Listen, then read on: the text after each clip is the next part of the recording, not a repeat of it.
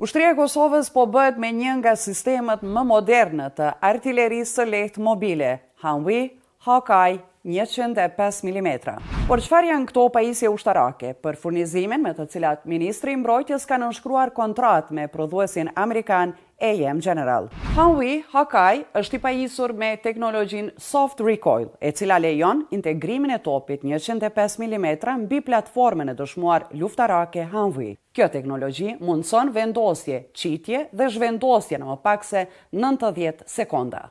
Sistemi operohet nga vetëm 2-3 ushtar, përdor municion standard të NATO-s dhe siguron fuqi zjarri, lëvizshmëri dhe reagim të shpejtë në fushbetej.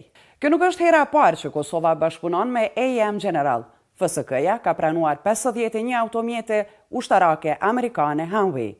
Vitet e fundit, Kosova ka përshpejtuar armatosjen, duke bler armë kryesisht nga Shtetet e Bashkuara dhe Turqia, përfshirë raketa Javelin dhe dron luftarak Bayraktar.